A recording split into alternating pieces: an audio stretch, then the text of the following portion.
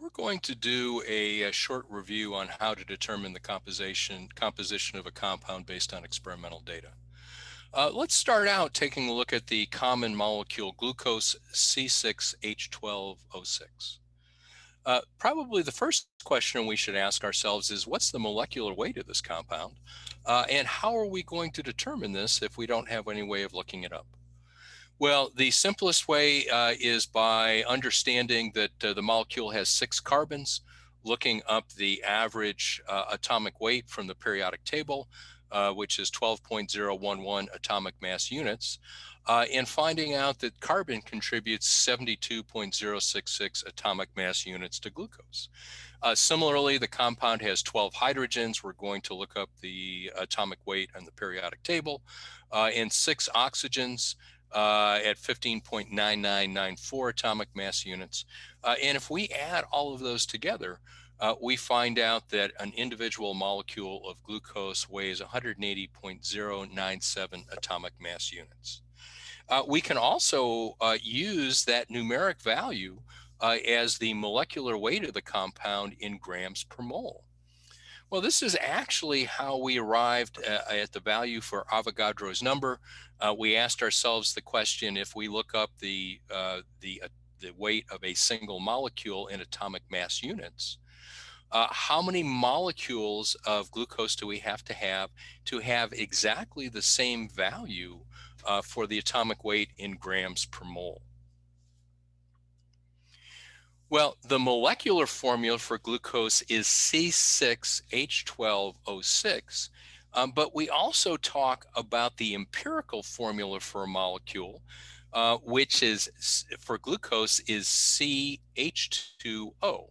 The empirical formula is the formula that has the smallest integer values. And if we take a look at each of the individual elements in a glucose molecule, we can see that they can be factored by 6, and we end up with an empirical formula, which is the smallest integer values. We'll see why that's a valuable designation in a minute. We also commonly will calculate something called the mass or weight percent composition, which basically says for a glucose molecule, um, what percentage of the weight is due to carbon. We're going to take the individual amount of carbon, 72.066 atomic mass units, divide that by the total molecular weight, and we'll find that 40% of the molecular weight of a glucose molecule is due to carbon atoms. We can do the same thing for hydrogen. Hydrogen being very light, not surprising that a relatively small percentage of the molecule's weight is due to hydrogen. And then finally, we'll do the same thing for oxygen and find out that for a glucose molecule, 53% of the molecular weight is due to the weight of oxygen. I'll ask you to go through here and see if I actually use the right number of significant figures. Hopefully I did. Well, how are we going to use experimental data to find out information about the compound's formula? Well, in the lab, what you get is experimental data, not theory. And in this case, the experimental data that we're looking at will be data that will give us the compound's formula if we can figure out the percent composition of each individual element in the compound. Well, the percent composition gives us the relative weights of each element, usually through an experimental procedure referred to as combustion analysis. Well, if we're looking at chemical formulas, we're going to need the molar ratio of the elements, which almost always means that we're going to have to convert our experimental information in grams into moles. What we'll get as a result of that conversion is the empirical formula, which will give us the right ratio of atoms of individual elements in the molecule. A compound with an empirical formula of C1H2O1 could be C2H4O2, C3HCO3, C4H4O4, and so on. The empirical formula, which we get from our experimental evidence, just tells us the ratio of atoms, in this case, 1 carbon to 2 hydrogens to 1 oxygen. But we can have multiple possible molecular formulas based on that empirical formula information. Well, how are we going to use experimental data to find that out? Well, let's go ahead and practice. We conduct something that's referred to as an elemental analysis on 2.33 grams of sample with the following result. We find that of that 2.33 grams of sample, that we have 0.932 grams of carbon, we have 0.155 grams of hydrogen, and 1.23 grams of oxygen. The question we're being asked to find based on this elemental analysis is, what is the empirical formula of the compound? Well, the first thing that we need to do is that we need to convert each one of these gram experimental informations to molar. So we're going to take our 0.932 grams of carbon, we're going to multiply it by 1 over the gram molecular weight to convert that information to moles of carbon, and we will find that 0.932 grams of carbon is 0.0777 moles of carbon. We're going to do the same thing with hydrogen, and as you'll notice, when we go through these conversions, we will always take the time to physically cancel out those units. So if we accidentally invert the gram molecular weight conversion that we're using, we'll figure that out. So we have 0.154 moles of hydrogen. We'll do the same thing with oxygen, of course, and then find that we have 0.0769 moles of oxygen. Well, now that we know the individual molar values, mole values of each of those elements, we're going to divide each value by the smallest number of moles found. In this case, it's the number of moles of oxygen. And you can see that when we divide the moles of carbon by moles of oxygen, we get almost exactly 1. When we divide the number of moles of hydrogen within 3 significant figures, we get the almost exactly 2.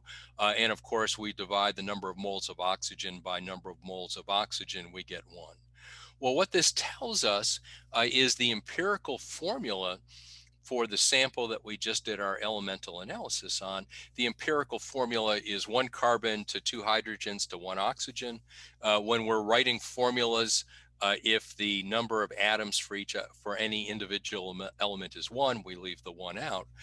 And we find that we have an empirical formula for this particular sample of CH2O. Well, most of the experimental data that we're going to get is combustion data. So before we end up with number of grams of each individual element, we're going to have to go through a multi-step process. So for combustion data, we start out typically with a sample of unknown organic compound. We're going to send a stream of oxygen over that organic compound, and we're going to heat it up until it combusts or until it burns. With a compound that only has carbon, oxygen, and hydrogen in it, our products will be CO2 plus water, and of course we'll have excess oxygen. We'll first send that through a device which will trap carbon dioxide, and we'll go ahead and weigh that trap to see how much carbon dioxide we trapped. Water will continue to flow through that trap. We'll then send that gas stream through a water trap and weigh the water trap to find out how much water was produced when we combusted the compound. If we know that the only 3 elements in the compound are carbon, hydrogen, and oxygen, once we've accounted for the CO2 produced and the water produced, then whatever is left over must have been oxygen. So if we have a 10-gram sample, and after this combustion process, we end up with 14.7 grams of carbon dioxide and 6 grams of water, what's the empirical formula for the unknown compound that we're dealing with? Well, let's go ahead and set that up on a fresh screen so that we have plenty of space. If we have 14.7 grams of carbon dioxide, how many grams of carbon did we trap when we trapped that amount of carbon dioxide? Well, the first question we ask ourselves is, in carbon dioxide, what's the percentage of carbon? We're going to take the gram molecular weight of carbon, divide it by the gram molecular weight of carbon dioxide, and find out that for every gram of carbon dioxide we have, 27%, 27.3% of that gram is due to carbon. Well, let's go through the same process for the percent hydrogen in water. When we go ahead and do that, we find out that for every gram of water that we have, 11.2% of that gram is a result of the weight of hydrogen. So if we take our trapped weight of carbon dioxide, which is 14.7 grams, multiply that by the fraction 0.273 of that weight is carbon, we find out that when we trapped 14.7 grams of carbon dioxide, what we did was we recovered 4.01 grams of carbon.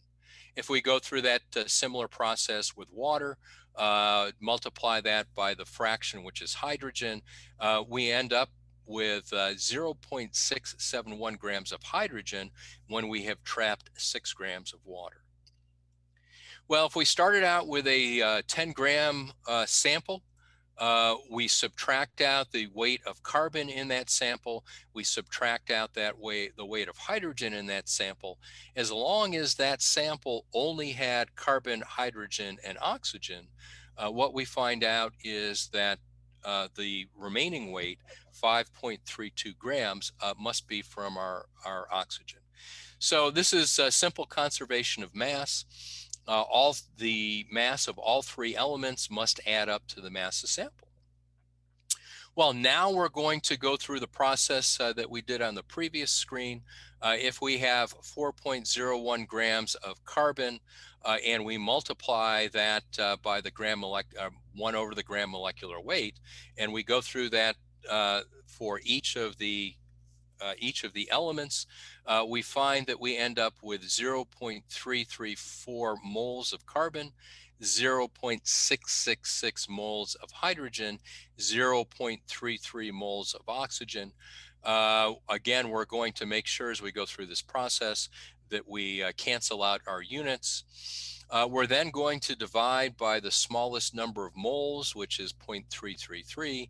We see again, we've come up with a molar ratio of 1 mole of carbon to 2 moles of hydrogen to 1 mole of oxygen.